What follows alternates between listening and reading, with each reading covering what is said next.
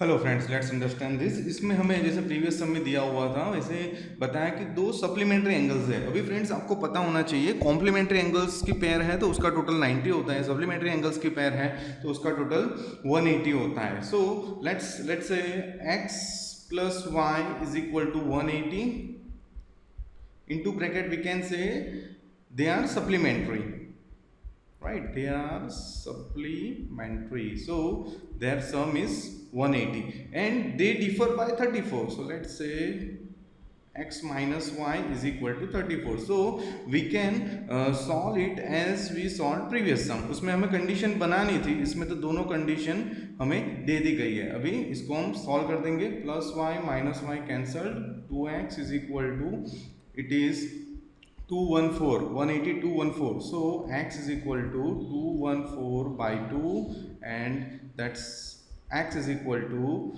107. So x की value मिल गई 107. Now another angle भी फाइंड करना है तो उसकी वैल्यू हम इक्वेशन 1 में रख देते हैं। सो लेट्स से substitute value in equation 1. So equation 1 is x plus y is equal to 180, where we will substitute the value of x, that is 107, plus y is equal to 180.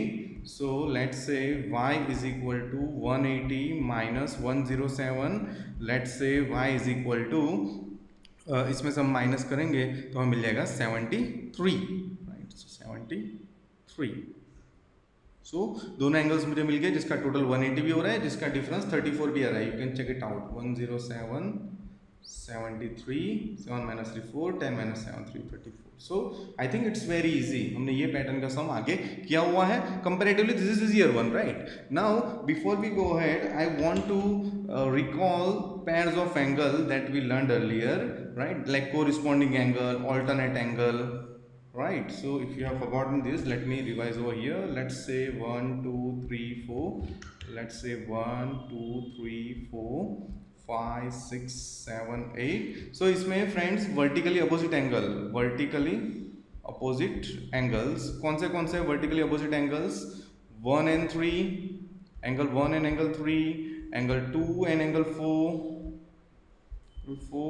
angle 5 and angle 7, angle 6 and angle 8.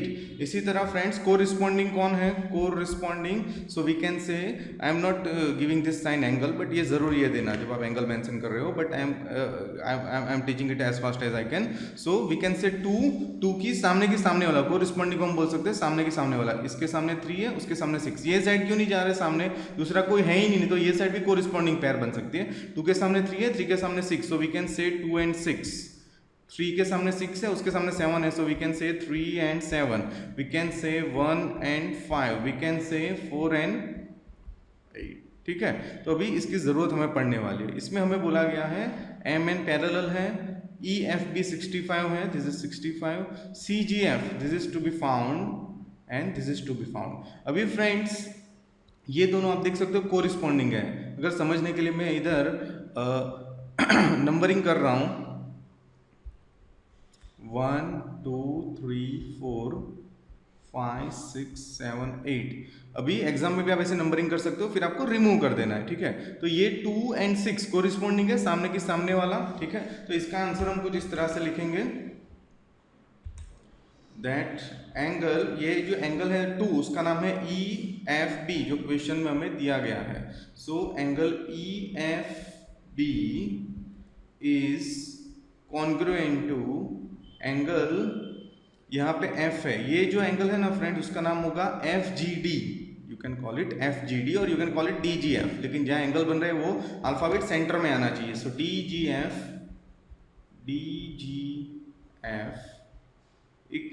congruent. So DGF, so we can say angle DGF equals to 65. so एक तो हमें मिल भी गया DGF. अभी friends CGF की बात करते हैं. ये दोनों एंगल, अभी ये दोनों एंगल सपोज इतना ही होता, मैं यहाँ पे फिर से ड्रॉ कर रहा हूँ,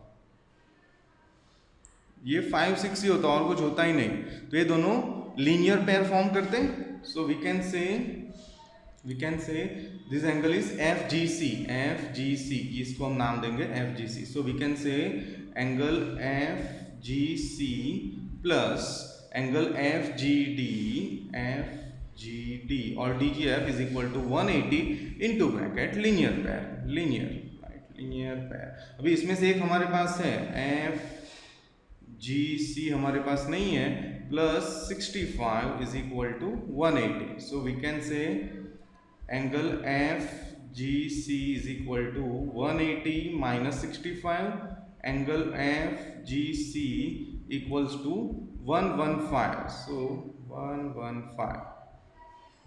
This is 115. So you understood this, right? Thank you so much for watching my videos. If you like my videos, let your friends, relatives, colleague, teachers know about this so that they can be benefited from this video. Thank you so much.